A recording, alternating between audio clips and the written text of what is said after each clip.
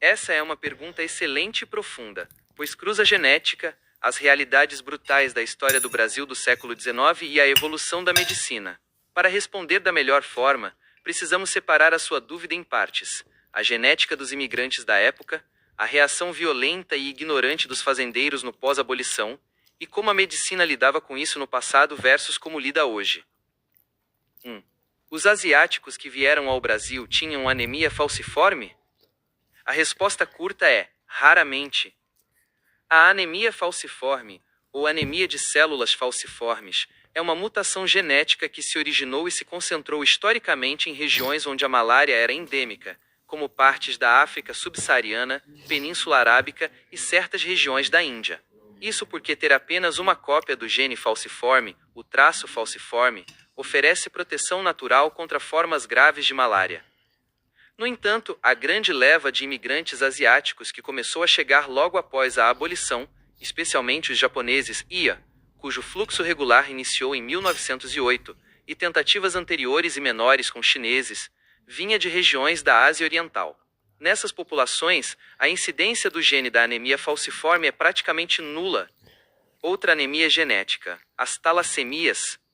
Embora não sofressem de anemia falciforme, os imigrantes asiáticos, especialmente do Sudeste Asiático e Sul da China, podiam sim carregar o gene de outro tipo de anemia hereditária, a talassemia, frequentemente chamada de anemia do Mediterrâneo, embora ocorra em larga escala na Ásia. Em seus graus moderados a graves, a talassemia causa sintomas idênticos aos de uma anemia severa: cansaço extremo, fraqueza física profunda e palidez. 2. Naquela época, 1888 a 1908, o que acontecia se um trabalhador ficasse incapacitado na lavoura? A mentalidade dos proprietários de terras e ex-senhores de escravos não mudou do dia para a noite com a Lei Áurea, 1888. Os primeiros meses e anos pós-abolição foram marcados pela tentativa de manter a mesma dinâmica de exploração, apenas trocando o nome de escravizado para colono, ou trabalhador contratado. Se um imigrante, seja ele asiático ou europeu, ficasse incapacitado por conta de uma crise de anemia severa, a reação do dono rural ou do feitor, que agora costumava ser chamado de administrador ou capataz, passava longe de qualquer humanidade. Suspeita de vadiagem, a reação imediata e ignorante de quem comandava as terras era classificar o cansaço extremo e as dores da anemia como preguiça ou simulação para não trabalhar. Punições veladas e pressão psicológica. Embora o chicote físico direto estivesse oficialmente proibido por lei, ameaças de expulsão da fazenda, retenção de comida que era vendida no armazém da própria fazenda, gerando dívidas eternas, e agressões verbais eram a regra. Expulsão e abandono. Como o trabalhador imigrante era visto estritamente como uma engrenagem econômica, se ele ficasse permanentemente incapacitado e não pudesse produzir, ele e sua família eram simplesmente despejados da fazenda. Sem dinheiro, pois viviam endividados com o patrão, e sem falar português, muitos acabavam vagando pelas estradas ou morrendo de desnutrição e infecções em condições miseráveis.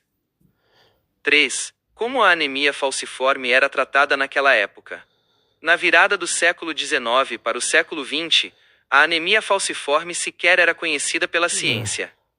Ela só foi descrita pela primeira vez na literatura médica ocidental em 1910, nos Estados Unidos, e os estudos no Brasil só ganharam força nas décadas de 1930 e 1940. Se alguém sofresse de anemia falciforme ou talassemia grave na lavoura naquela época, o tratamento era inexistente ou perigoso. Remédios caseiros e tônicos.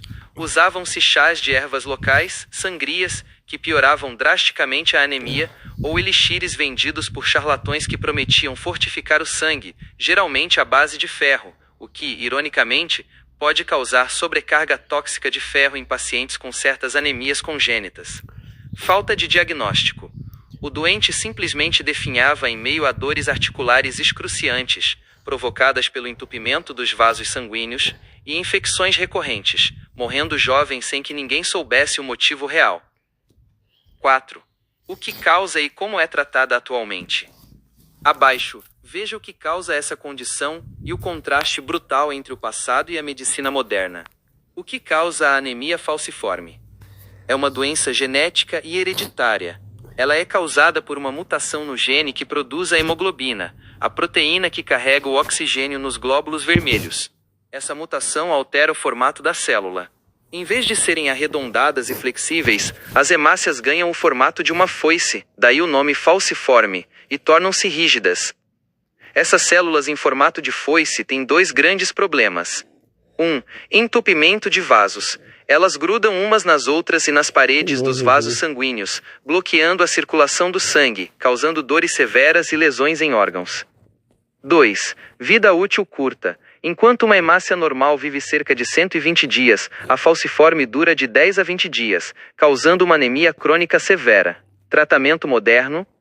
Hoje em dia, embora ainda seja uma doença complexa, o paciente com anemia falciforme tem uma expectativa e qualidade de vida infinitamente superiores graças aos tratamentos atuais. Diagnóstico precoce. O diagnóstico é feito logo após o nascimento através do teste do pezinho. Medicamentos. O uso de hidroxiureia ajuda o corpo a... Ai, por quê?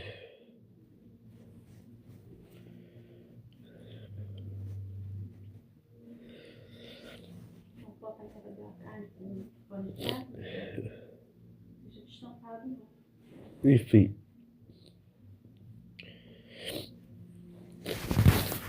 Mas um estudo muito interessante.